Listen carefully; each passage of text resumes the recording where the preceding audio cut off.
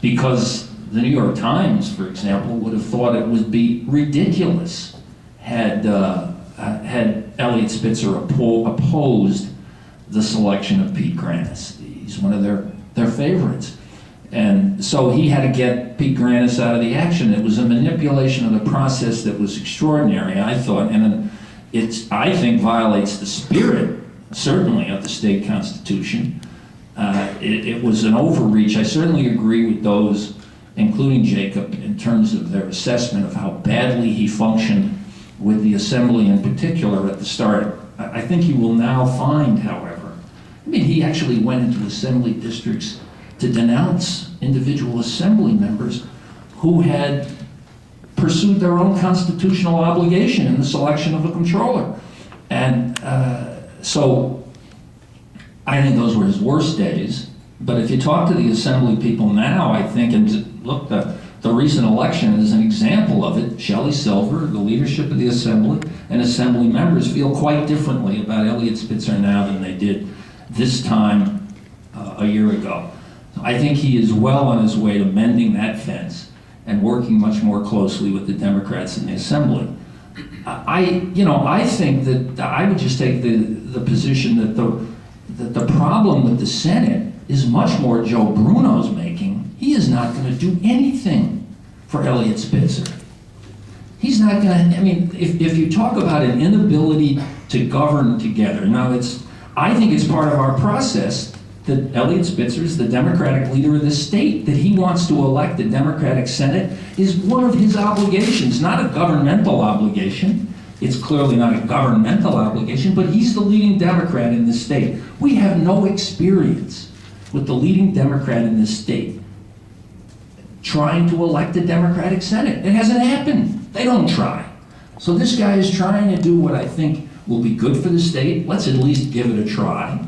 And so long as he was trying to do that, Joe Bruno was not going to cooperate with him on any level in any governance issue. So I think that the fact that there has been such a difficult relationship between the Senate leadership and the governor is much more attributable to the fact that the Senate leader expects, as every Senate leader before him, that the governor will knuckle under and not try to change the power arrangement in Albany. This guy has the balls to try to do that. But as far as Troopergate, though, do you think this is just an issue that was overblown? Well, look, nobody knows how it's going to wind up. There's still investigations. I think Bill's copy about this has been remarkably good recently. I thought he did a terrific column on, the strange irony of Joe Bruno. But what is it? Troopergate, the two questions are, we are now looking at the question of perjury. And apparently the DA is looking at that, and the Public Integrity Commission is looking at that. But what's the question? What is the perjury that is supposed to be looked at? I think there are guys in the States that know much more about this than I do. So correct me if I'm wrong. I really invite that. But as I understand it, the sole question that is being looked at is that David Nicenti, the governor's counsel, working with Andrew Cuomo's office, prepared two affidavits, one for Darren Dopp and one for Rich Bond. And in the Darren Dopp affidavit, Darren Dopp conceded that he thought there was an appearance of impropriety in what he did. But then when he testified, he said, I don't think there's anything wrong with what I did. Now, I've never heard of a perjury indictment that is based on a change of mind. It's a state of mind perjury case. He once thought what he did was wrong, and now he doesn't think it's wrong. And that appears to be what they're investigating now. The great irony of this is that Andrew Cuomo is supposed to be the great hero of this saga, and yet his office apparently accepted these two affidavits, which now appear not to be sworn. Everybody's saying, well, did Eliot Spitzer cook the books and turn over affidavits that were not sworn, when the Attorney General of the state of New York accepted affidavits that were not sworn, and nobody's saying, well, Andrew, you asleep at the switch here or something? But so they're having a difficult time making a perjury case since the statements may not have been sworn.